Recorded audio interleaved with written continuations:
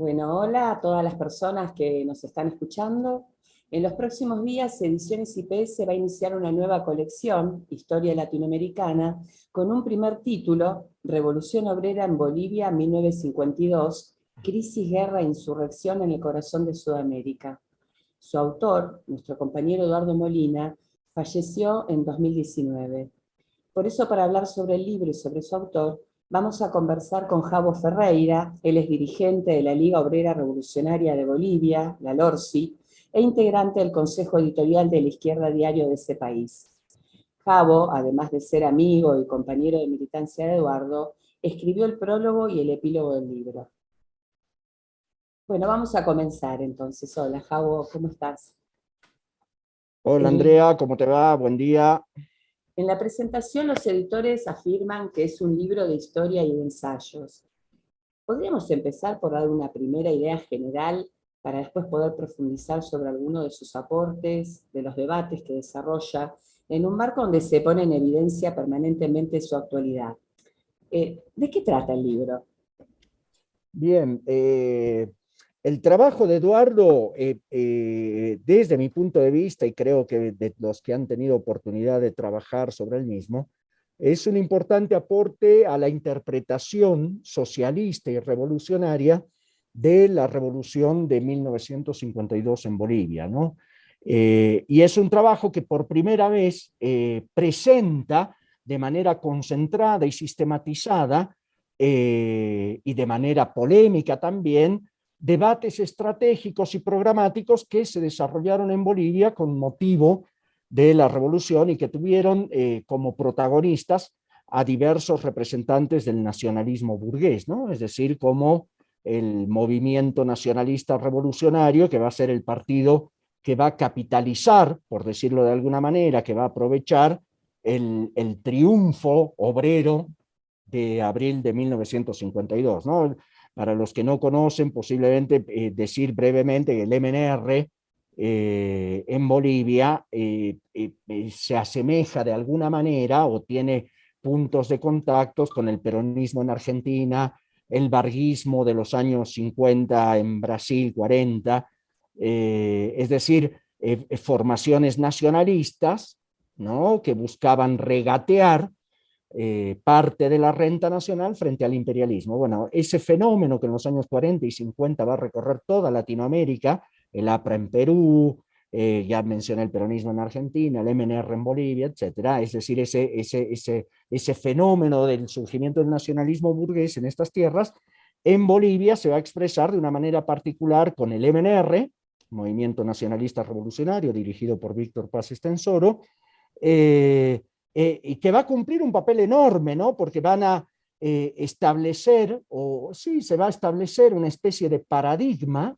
nacionalista burgués. De hecho, la revolución boliviana va a ser conocida como la revolución nacional, ¿no? Es decir, y entonces el texto de Eduardo lo que hace es no solo rescatar, poner sobre la mesa y actualizar estos debates, que hoy en Latinoamérica tiene una importancia enorme, ¿no? Es decir, estamos hablando de que con el ciclo de los gobiernos llamados progresistas, se volvió a desempolvar la idea de lo nacional popular como sujeto de transformación, pero también como un objetivo limitante de los cambios que en Latinoamérica se estaban produciendo, ¿no? Que eran el resultado de una intensa lucha de clases en las décadas pasadas, donde vimos el surgimiento de estos progresismos y la actualización de estas concepciones nacionalistas burguesas. Pero ojo, en el texto de Eduardo también aparecen discusiones que son muy importantes en el sentido de cómo interpretar la revolución, ¿no? Es decir, aparecen las concepciones de los partidos comunistas, del estalinismo, concepciones semietapistas, etcétera. Bueno, no las puedo abordar ahora todas estas, pero el mérito del trabajo de Eduardo es que restablece una mirada permanentista de la revolución. ¿A qué me refiero con permanentista?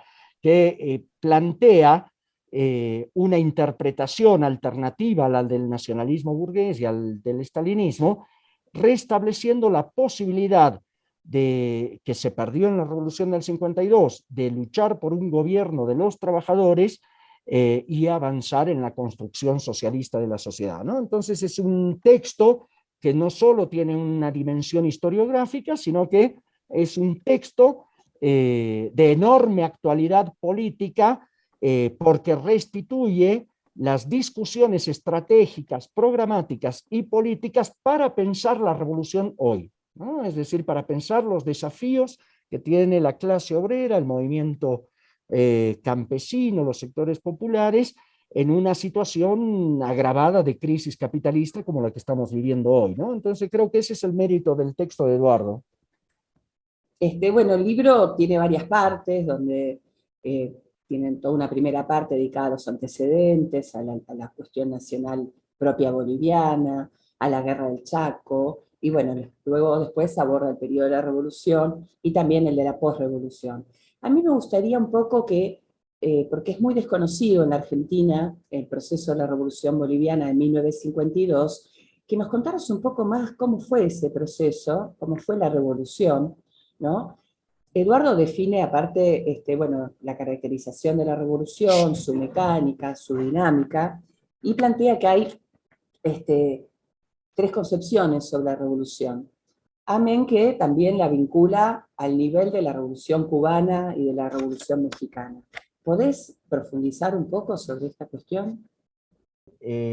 Como bien mencionas, Andrea, la revolución de 1952 fue, digo, para pensar un poco, el acontecimiento fundante, el acontecimiento constitutivo, podríamos decir, de lo que se puede definir como la Bolivia moderna y contemporánea, ¿no? Es decir, la gran eclosión social que se produjo en abril del 52 llegó a disolver, ¿no?, el ejército, imponiendo la formación de milicias obreras y campesinas, y puso en evidencia la magnitud de un acontecimiento que se encuentra entre las tres más grandes revoluciones que se dieron en Latinoamérica, primero con la Revolución Mexicana en 1910, en 1952 la Revolución Boliviana, que como bien señala Eduardo, podríamos decir que es la más clásica en el sentido de la que más se asemeja al proceso revolucionario ruso, y por último la gran revolución cubana en 1959, que va a ser la única que llegó a expropiar a la burguesía y a expulsar al imperialismo, ¿no? La revolución boliviana, como se la conoce, o la revolución nacional, fue la culminación de una prolongada experiencia de lucha de clases que podríamos decir que arrancó con la guerra del Chaco, ¿no? Es decir, en el año 32 se inicia un proceso enorme de la guerra del Chaco entre Bolivia y Paraguay. Va a ser el conflicto bélico más importante contemporáneo que vivió Latinoamérica. Antes estuvo la guerra de la Triple Alianza, ¿no?, en el siglo XIX, pero ya en los tiempos modernos, más contemporáneos, estamos hablando de la guerra del Chaco, fue el enfrentamiento militar hasta hoy más importante que se ha producido en Latinoamérica, ¿no? Es decir, tuvo 3 años de duración, involucró de alguna manera a todos los países de Latinoamérica, y entonces este acontecimiento, como es la guerra del Chaco, va a revelar la bancarrota, la degradación de la construcción estatal y de la sociedad boliviana hasta ese momento, ¿no? Es decir, una sociedad que estaba construida sobre la base de la racialización de las relaciones sociales, ¿no? Una sociedad en la que las mujeres y los indígenas, por ejemplo, no tenían derecho al voto, es decir, era una sociedad en la que solo se podía votar si se sabía leer y escribir y se tenía algún tipo de propiedad. Entonces estamos hablando de una sociedad que tenía normativas legales, por ejemplo, que justificaban el trabajo semiesclavo. Es decir, estamos hablando de que la guerra del Chaco va a revelar ante los ojos de indígenas, de campesinos, de obreros que se veían obligados a ir a morir al frente, ese carácter retrógrado del Estado y de la sociedad boliviana. Entonces, a partir de la guerra, se inicia un proceso profundísimo de reagrupamientos, de organización, donde el nacionalismo va a cobrar muchísimo cuerpo. Estamos hablando de que en los años 40, ya finalizada la guerra, va a surgir lo que se conoce como los regímenes del socialismo militar, es decir, gobiernos militares que hablaban en nombre del socialismo, y que llevaron incluso importantes reformas legales, ¿no? Como es el constitucionalismo social de 1938, alternándose con regímenes militares altamente represivos, ¿no? Es decir, estamos diciendo que la revolución del 9 de abril va a ser del 52, va a ser la culminación de una larga y profunda experiencia del movimiento obrero y de las masas en una enorme lucha de clases, ¿no? Es decir, en forma resumida, para los que no conocen, podemos decir que en esos 15 años o 17 años que van del año 35 al año 52, el movimiento de masas va a realizar enormes experiencias con gobiernos nacionalistas burgueses, con gobiernos represivos altamente autoritarios, sufriendo las masacres de Katavi, por ejemplo, de 1943, las masacres de los pueblos indígenas, por ejemplo, como la de 1947, semi-insurrecciones como la de 1936-37, o procesos insurreccionales capitalizados por la oligarquía, como va a ser el colgamiento y la caída de Villarroel en 1946. Es decir, elecciones nacionales que en el año 47, por ejemplo, van a mostrar una militancia obrera independiente impresionante. O sea, imagínate, Andrea, que solo podían votar los que sabían leer y escribir. Entonces, ¿qué hacían los trabajadores mineros cuando presentaron el bloque minero parlamentario? Les enseñaban a leer en las bocaminas los titulares de los diarios a los trabajadores, para que cuando vayan a la mesa de votación les decían, ¿qué dice acá? Y entonces el obrero de memoria, pues no sabía leer y escribir, repetía, ta, ta, ta, ta, ta. Y entonces fue un proceso electoral impresionante, porque el bloque minero parlamentario va a terminar ingresando muchos diputados, entre ellos Guillermo Lora, Juan Lechín, es decir, Un año antes se militantes. había votado las tesis de Pulacayo, ¿no? Quizás nos podés Eh, contar un poco ese proceso del año me, 46, 6 años antes de la exacto. Revolución, cómo Me fue. estaba olvidando, es decir, como parte de ese proceso, muy bien que se me estaba pasando ese acontecimiento importante, porque en 1946 se aprueban las tesis de Pulacayo, es decir, es un congreso minero que se realiza en la localidad de Pulacayo, y se aprueban unas muy renombradas tesis que establecen unos lineamientos muy importantes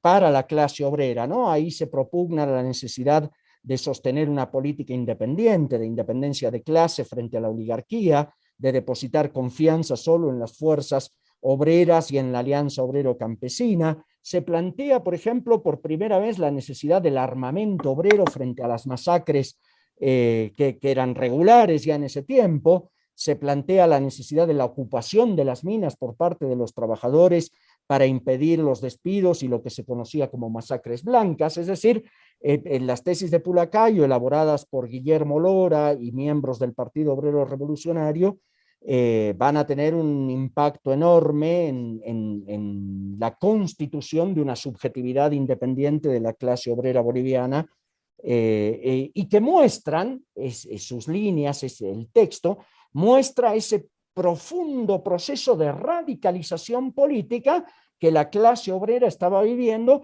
y que lo acercaba a posiciones trotskizantes, ¿no? Es decir, mucho se ha dicho que las tesis de Pulacayo son una traducción del programa de transición trotskista a las condiciones del momento histórico de los años 40 en Bolivia, ¿no? Entonces, estamos hablando del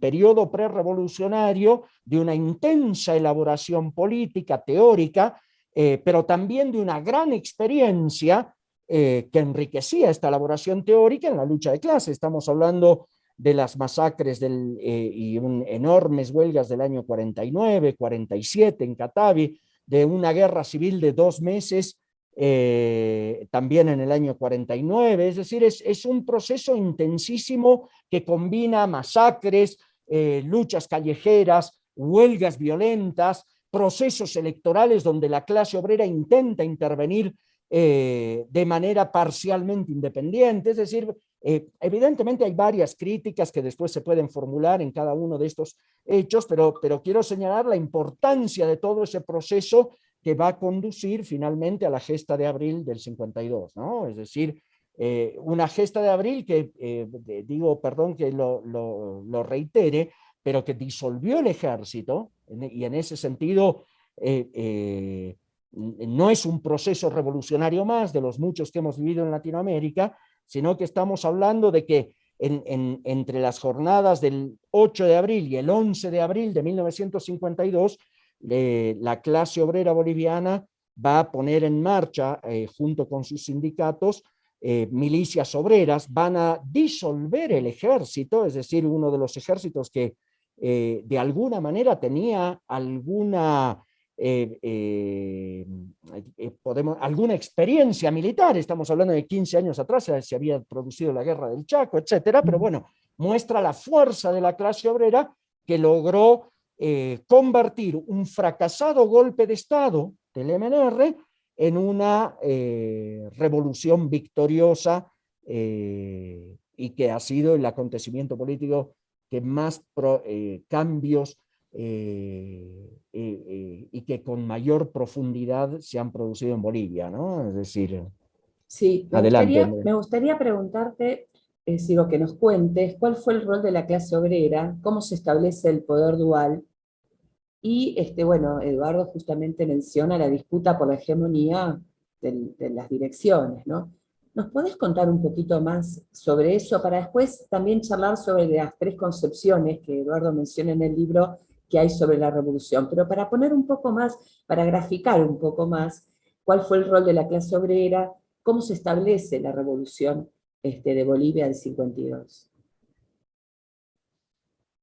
Bien, evidentemente en 1952, cuando el MNR intenta llevar adelante un golpe de Estado, estamos hablando que en los años previos al 52, diversos grupos nacionalistas intentaban acciones putschistas y golpistas, pero nunca se pensaba en términos de permitir que la clase obrera, el movimiento campesino, llevar adelante esas transformaciones por su propia cuenta, ¿no? Es decir, el nacionalismo burgués, que no era solo el MNR, estamos hablando de la Falange Socialista Boliviana, estamos hablando de Razón de Patria, bueno, y de diversos grupos, Alfa Omega, es decir, había un montón de grupos nacionalistas, intentaban hacerse del poder del Estado mediante intentonas golpistas, ya sea con la policía, con el ejército, etcétera.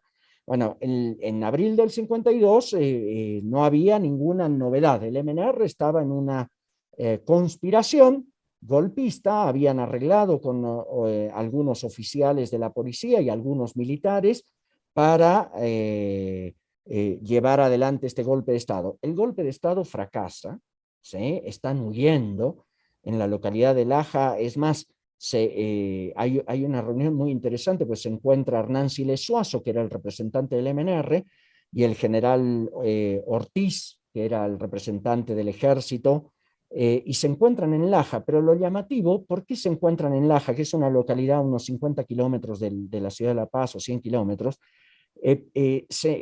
Los dos estaban huyendo, es decir, Siles Suazo estaba huyendo al Perú y el general Ortiz también estaba yendo al Perú. Y entonces, pero ¿por qué se produce esta cosa increíble? Porque evidentemente Siles Suazo huía al Perú porque el golpe de Estado había fracasado. Pero lo que no sabía Siles Suazo es que mientras él estaba escapando, los mineros, los fabriles, los trabajadores, con dinamita en mano, habían derrotado al ejército, habían desarmado el ejército, habían tomado los cuarteles, habían desarmado a la tropa y eran los dueños de la situación. Entonces, el general Ortiz estaba escapando ante ese escenario que era desconocido por el jefe, entre comillas, del levantamiento armado, que era Hernán Siles Suazo. Es increíble, ¿no? Porque parecía que si hubieran encontrado la cobardía y el terror juntos en Laja, el dirigente del MNR, sin saber que los obreros habían derrotado y disuelto el ejército, y entonces en Laja toman conocimiento de esta situación y se firma una rendición, ¿no? Ortiz sigue para el Perú y Siles Suazo vuelve ya sabiendo del triunfo obrero en la ciudad de La Paz. Bueno, imagínate, Andrea, que en ese momento no hay ejército. Es decir, el único verdadero poder efectivo en el país son los obreros armados. Entonces, evidentemente, cuando hablamos de un doble poder, hablamos porque hay un fantasmal poder burgués, que es Siles Suazo, un parlamento que tratan de reconstruir, lo que era el parlamento que había sido cerrado en las elecciones del año 51. Es decir, se hacen todos los intentos para volver a poner en pie toda la institucionalidad democrática burguesa sumamente cuestionada. Pero es un poder fantasmal que se sostiene solo por el peso de la rutina, sí, la rutina y las concepciones políticas que vienen más atrás que el desarrollo de los acontecimientos, ¿no? Pero por otro lado tienes un verdadero poder material armado, que son decenas de milicias obreras que se encuentran bajo el mando de los sindicatos. Ese proceso de, podríamos decir, de doble poder se va a prolongar hasta el año 54, 2 años en el cual no es que se va a mantener estática la situación. El MNR apenas llegado al poder gracias a la fuerza obrera, empieza una política de desarme de las milicias y de reconstrucción del ejército, ya bajo el nombre de Ejército Nacional, ¿no? Es decir, la construcción de un ejército nacionalista que pudiera ser el garante del poder burgués reconstruido y en marcha. Bueno, en el año 54 las milicias ya se encuentran desarmadas, el armamento de esas milicias en gran medida va a pasar a manos de grupos paramilitares o lo que se conoció acá en Bolivia como el control político, que eran milicias, pero ya no eran las milicias obreras, sino que eran las milicias del MNR, del partido que estaba en función de gobierno. Entonces vamos a tener a partir del año 52, 12 años de gobiernos del MNR, primero con Víctor Paz, luego con Hernán Siles Suazo, luego nuevamente Víctor Paz y finalmente la derrota de la revolución, luego de haber desmoralizado a los trabajadores, luego de haber desarmado a los trabajadores, luego de haber estatizado los sindicatos campesinos y convertirlos en una fuerza de choque antiobrera. Es decir, estamos hablando de 12 años postrevolucionarios de una intensísima lucha de clases que van a culminar 12 años después con el golpe del vicepresidente de Víctor Paz Estenssoro, que era el general Barrientos Ortuño, ¿no? A partir de ese momento, que es la derrota definitiva de la revolución, a partir del 4 de noviembre del 64, vamos a tener en la historia boliviana un ciclo de 18 años de gobiernos militares, ¿no? Apenas interrumpidos por breves momentos de intensa recuperación obrera y lucha de clases, como fue la Asamblea Popular del 71, bueno, ya es otra historia, pero estamos hablando que en esos 12 años de gobiernos postrevolucionarios del MNR se va a producir en los primeros años el fin del doble poder, el desarme de las milicias y la entrega del país, y esto es lo más llamativo, pese a que hubo una revolución, a la voracidad del capital imperialista, ¿no? Es decir, a partir del año 55, Estados Unidos va a empezar a cumplir un papel destacadísimo en la dirección de la política económica y en el armamento del nuevo Ejército Nacional, que va a ser el que va a llevar adelante el golpe de Estado. Ahora, brevemente, Andrea, en todo este periodo se van a desarrollar podemos decir 3 concepciones de la revolución y van a alimentar 3 concepciones de la revolución. Por un lado, la concepción del nacionalismo burgués, que esperaba desarrollar un capitalismo nacional autónomo, ¿no? Es decir, Zavaleta Mercado lo expresaba muy bien. Zavaleta era pese a que ha fallecido, es el intelectual del nacionalismo burgués más de izquierda en el país, ¿no? Zavaleta Mercado afirmaba que la discusión de socialismo o capitalismo era falsa, que primero, antes de hablar de socialismo o capitalismo, la nación debería ser, es decir, debería ponerse en pie el ser nacional, ¿no? Es decir, y ese ser nacional, una vez que esté construido, después verá si avanza por un rumbo capitalista, socialista, ¿se entiende? Era el fundamento teórico del nacionalismo burgués. Primero el sustantivo, hay que poner en pie el ser nacional, y luego el adjetivo, socialista, capitalista, etcétera, pero primero el sustantivo, ¿no? Entonces, con esta visión, el MNR y todo el nacionalismo burgués hizo todos los esfuerzos para garantizar un gobierno del MNR.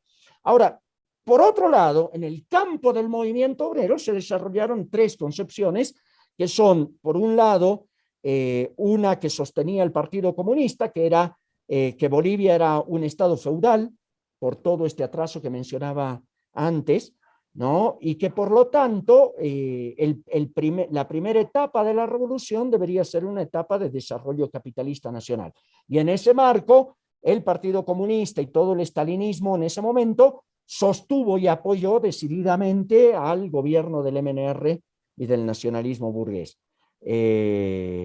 Una segunda concepción, que era la de Lora, la de Guillermo Lora, que era parte del movimiento trotskista en ese momento, que planteaba acertadamente de que la revolución era una revolución obrera, proletaria, como establecían las tesis de Pulacayo, pero esa concepción de Guillermo Lora nunca fue sostenida hasta el final. ¿Por qué? Porque su estrategia, pese a afirmar de que se trataba de una revolución proletaria y obrera, se basaba en empujar al MNR a que fuera más a la izquierda. Es decir, si bien reconocía el carácter proletario de la revolución, lo hacía sobre la base de una estrategia incorrecta, que era buscar que el MNR avanzara, ¿sí?, en un sentido socialista más allá de sus propios objetivos. Entonces, la estrategia de Guillermo Lora y el Partido Obrero Revolucionario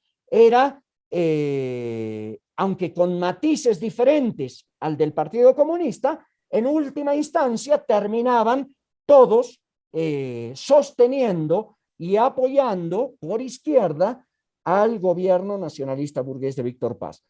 Y finalmente está la tercera posición, que es la que se expone en el trabajo de Eduardo, que, como señalé líneas atrás, es la de recuperar la visión permanentista de la revolución, es decir, la visión que Trotsky había formulado a partir de dos experiencias muy importantes: la experiencia de la misma Revolución Rusa del 17 y posteriormente la experiencia de la Revolución China de 1927, de la Segunda Revolución China. Sobre estas dos experiencias, Trotsky va a desarrollar la teoría de la revolución permanente, que plantea, digo en forma sencilla y rápida, Andrea, que plantea la necesidad de que las tareas nacionales democráticas, es decir, esa construcción de ese ser nacional, como decían los burgueses, sea llevada adelante por la clase trabajadora, ya que la burguesía, las clases dominantes, etcétera, no tienen ningún interés, como se había demostrado hasta 1952,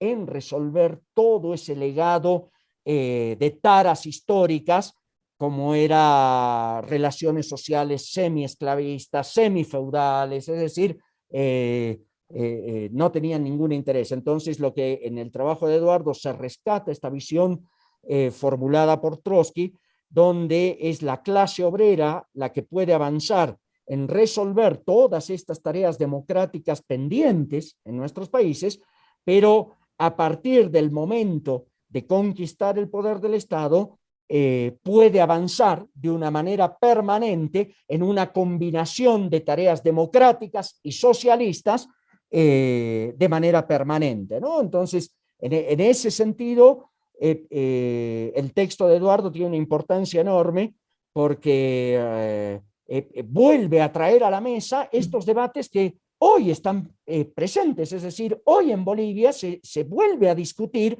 a partir de la cuestión indígena, de los 14 años del gobierno de Evo, etcétera, se vuelven a discutir estos grandes problemas de cómo avanzar hacia el socialismo, si al socialismo se puede avanzar sobre la base de movimientos populares nacionalistas burgueses, como se pretendía en los años 50, o no, y qué tipo de estrategia es la que necesitamos los trabajadores, las trabajadoras, discutir para poder vencer, ¿no? Es decir, en ese sentido, estas concepciones de la revolución en el texto de Eduardo están muy bien sintetizadas, muy bien presentadas, y las mismas no son una reflexión sobre el pasado, una veleidad historiográfica o académica, sino que tienen una enorme importancia política hoy para pensar el futuro de nuestros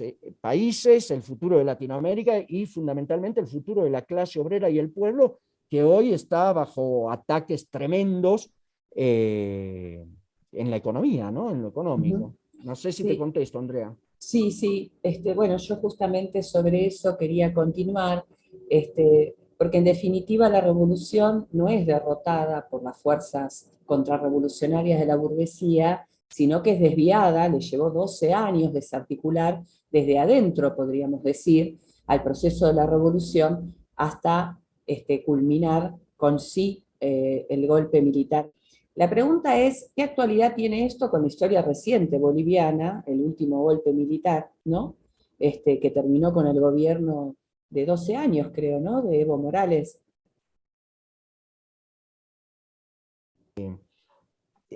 Bueno, por ejemplo, ese es uno de los aportes de enorme actualidad del trabajo de Eduardo. ¿Por qué? Porque, como bien señalas, la revolución del 52 no pudo ser derrotada inmediatamente. Es decir, estamos hablando de que al revés, va a ser la clase obrera la que va. Imagínate que no había ejército en Bolivia, es decir, que es el pilar fundamental de todo orden burgués.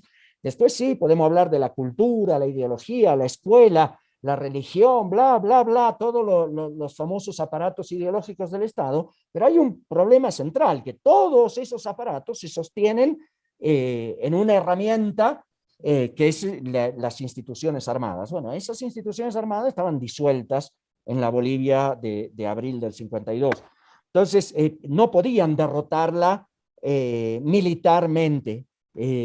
Entonces, lo que va a haber es un proceso de desmoralización, de desvío, como bien señalabas, desde adentro, ¿no? Es decir, haciendo concesiones, no les quedaba otra, tuvieron que nacionalizar las minas en octubre del 52, tuvieron que terminar con el latifundio en el occidente del país y distribuir la tierra en una de las reformas agrarias más importantes que hubo en Latinoamérica, de hecho, incluso mayor a la misma Revolución Mexicana, ¿sí? Es decir, pues estamos hablando de que en el año 53 se lleva adelante una reforma agraria sobre la base de milicias campesinas armadas, es decir, el reparto de la tierra se hace a través de los mismos sindicatos, es decir, estamos hablando de un proceso muy profundo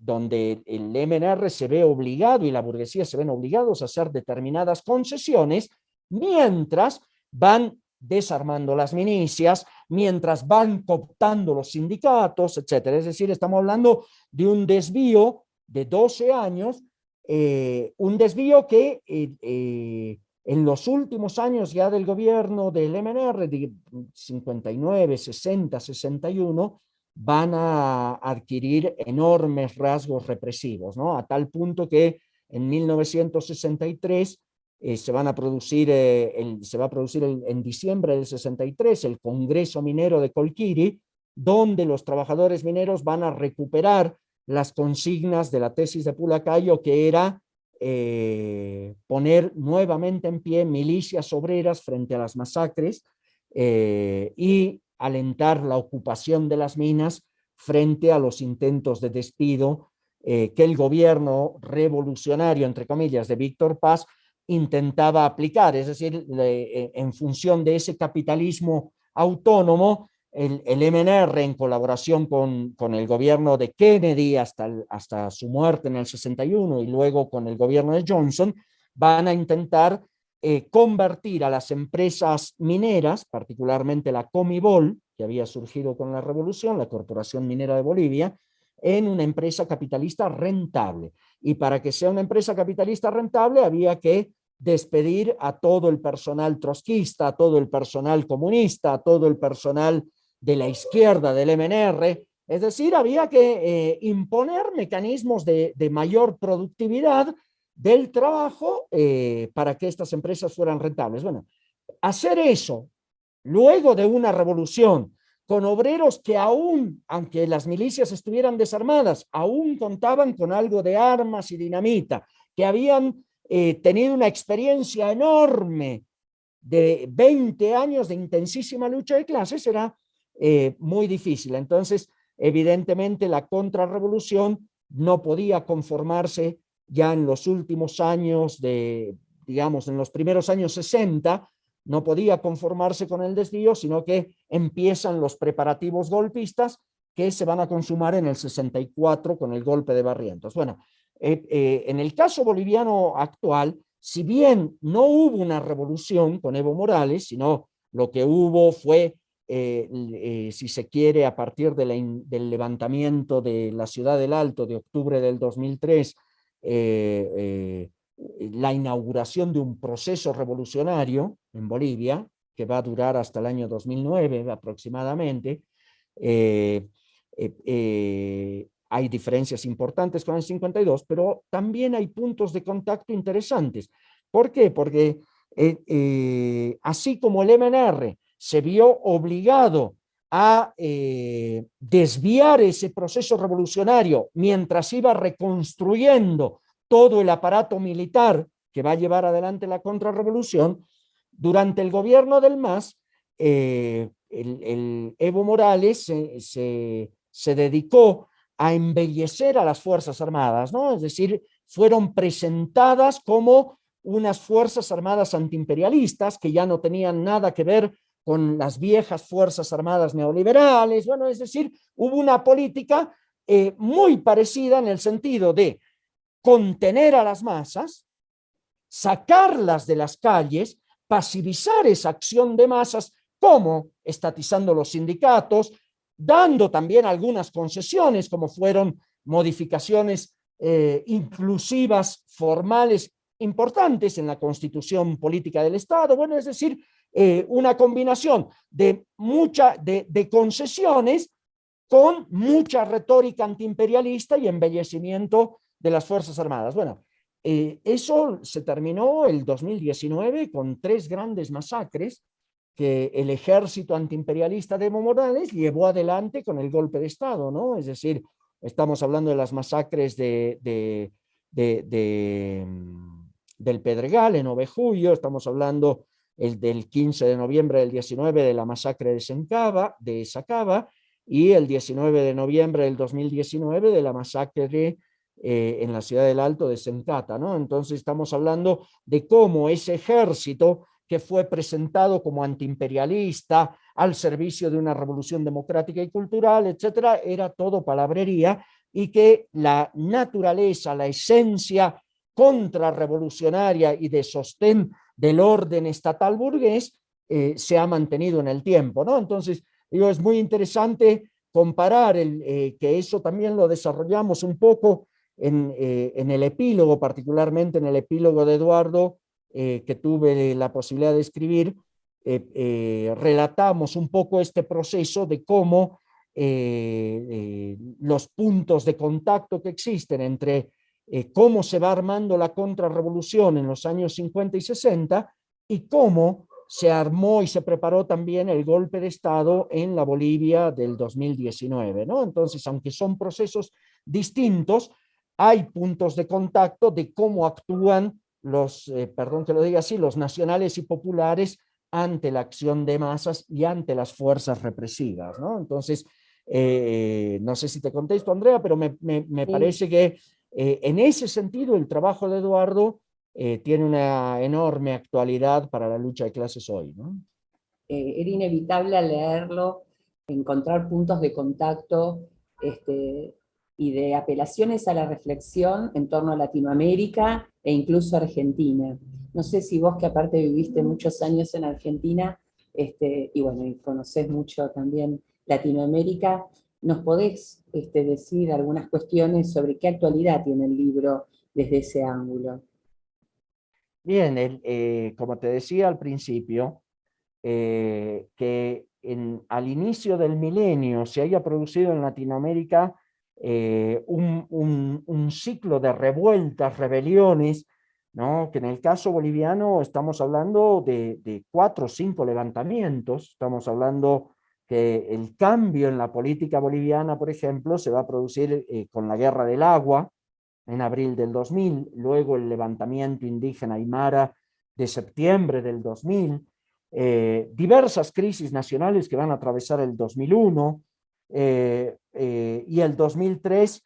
Estamos hablando de los enfrentamientos entre la policía y el ejército que dejaron 35 muertos y cientos de heridos. Y finalmente, la insurrección popular de la ciudad del Alto en octubre del 2003. Es decir, estamos hablando de 5 años de una intensísima lucha de clases que como subproducto de esa lucha de clases va a surgir el gobierno del movimiento al socialismo y de Evo Morales, ¿no? Es decir, como una expresión distorsionada de lo que venía sucediendo por abajo. Entonces, y ojo, Bolivia no fue la excepción, estamos hablando del 2001 en Argentina, estamos hablando de los levantamientos ecuatorianos que se venían produciendo desde el año 97 contra diversos gobiernos y que arrancaron contra Bucaram. Es decir, Latinoamérica vivió al inicio del milenio un proceso muy interesante de revueltas en Chile. De hecho, ya se venían produciendo las revueltas estudiantiles, los levantamientos de los pingüinos por educación, es decir, estamos hablando de procesos que sacudieron Latinoamérica y que dieron lugar a estos gobiernos progresistas. Entonces, a partir del surgimiento de estos gobiernos, vuelve a surgir el debate que te mencionaba antes sobre la posibilidad o no de conquistar capitalismos autónomos, es decir, que le impriman al desarrollo de nuestras sociedades un desarrollo sostenible y que nos permita escapar de la pobreza, el atraso, etcétera. Bueno, en ese sentido, el surgimiento de los gobiernos progresistas reactualizan estos debates que tienen una enorme importancia hoy. Ahora, ¿qué es lo interesante del asunto?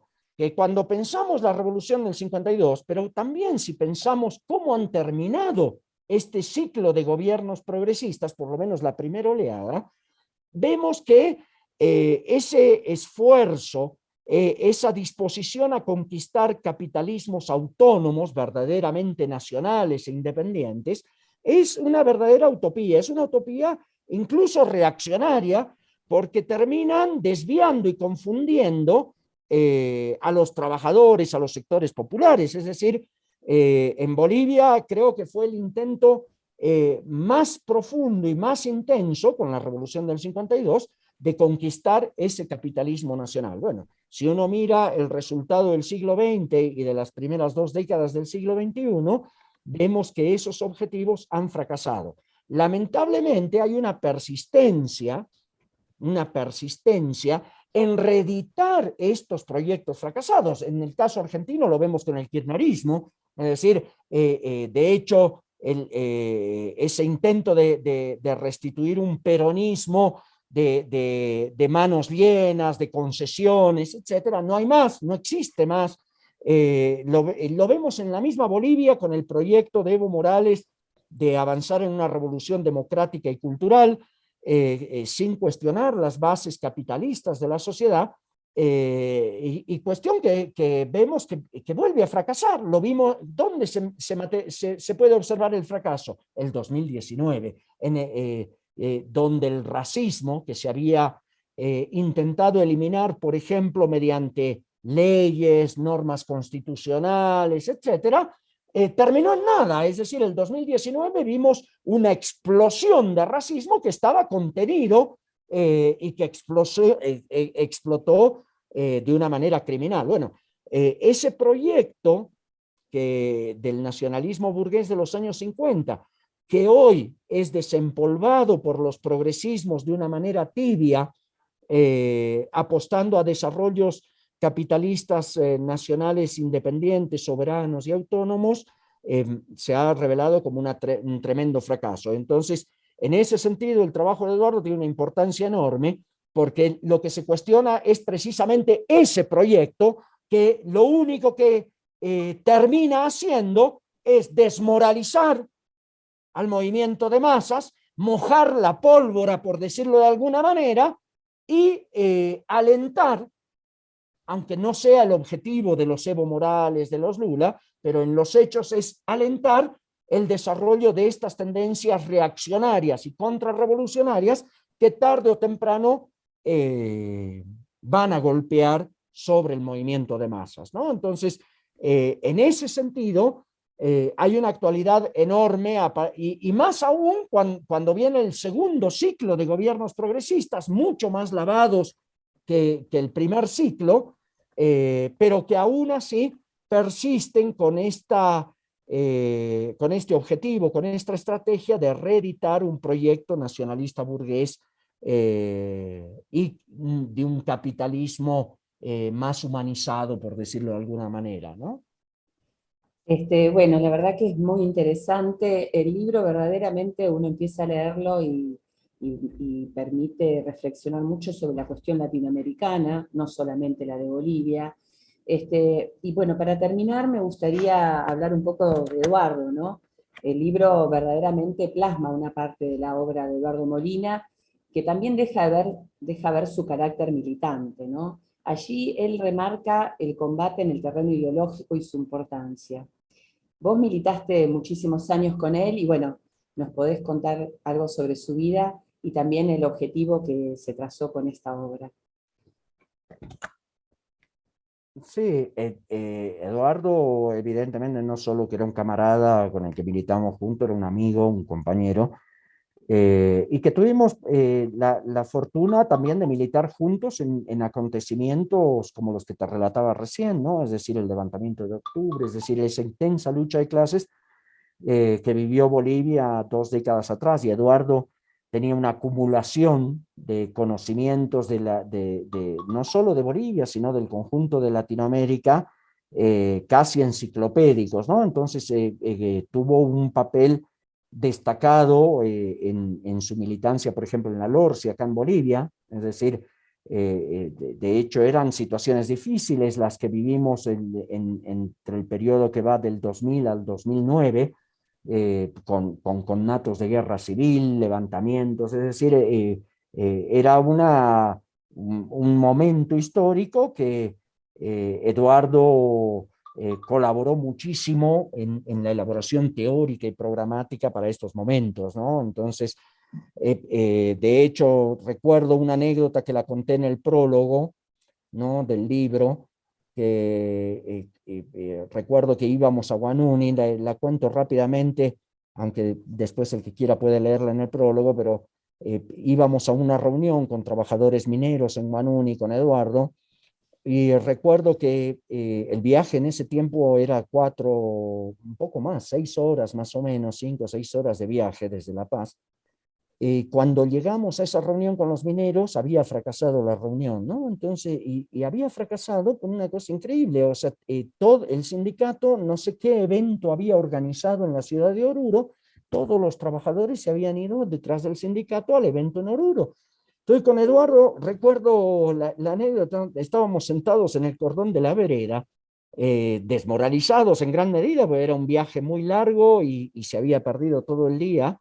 Eduardo, con el nivel que tenía y los conocimientos que tenía, hacía el comentario recordando a Zabaleta Mercado, que decía que producto de la experiencia de la Revolución del 52, que había sido realizada y organizada por los sindicatos prácticamente, por los sindicatos obreros, se había desarrollado en Bolivia una cultura política que pervive hasta hoy, que Zavaleta definía como una cultura política de resistencia, ¿no? Una cultura política muy espontaneísta, y en la que los partidos políticos, para poder existir, esto decía Zavaleta, debían refugiarse detrás de un sindicato, ¿no? Entonces, lo que se había desarrollado como cultura política en Bolivia era una militancia social y sindical, pero no una militancia política.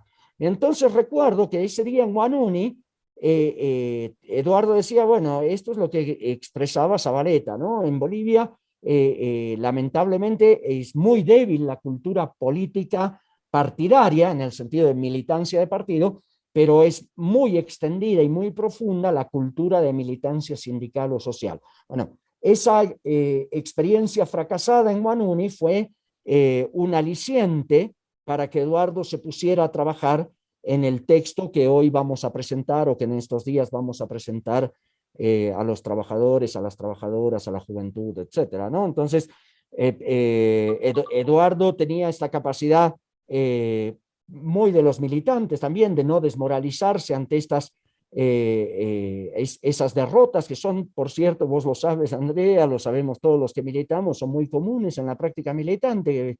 Es decir, Rosa Luxemburgo decía que el camino a la victoria de la clase obrera está plagada de derrotas, ¿no? Y bueno, grandes y pequeñas. Bueno, esa derrota pequeña que tuvimos, como fue el fracaso de una reunión, fue uno de los motores que incentivó a Eduardo a ponerse a escribir y a elaborar y a trabajar en este texto, ¿no? Es decir, creo que el fallecimiento de Eduardo, un mes o 2 meses antes del golpe de Estado en Bolivia, nos privó, ¿no? de las posibilidades de que con todo su conocimiento y su elaboración pudiéramos hacer balances o incluso elaboraciones teóricas un poco más complejas, más sofisticadas o más complejizadas de lo que se ha vivido. Sin embargo, el texto que nos dejó es un gran punto de apoyo para pensar los desafíos que tenemos hoy por delante, ¿no? Sí, sí, sí, de alguna manera también uno al leerlo lo encuentra a Eduardo ahí peleando por Claro. sus ideas, y nos dejó esta gran obra que realmente es un aporte, yo creo, muy importante. Pocos libros hay de este tipo. Te agradezco mucho por tu tiempo, un gusto volver a verte. Y bueno, para los y las que nos están escuchando, les queremos decir que en los próximos días, 2, 3 días, ya va a estar el libro, y el próximo fin de semana va a estar en la Feria de Editores, que se realiza en Capital Federal de Argentina, en el stand 311 de Ediciones IPS. Bueno, muchísimas gracias y bueno, nos estamos viendo.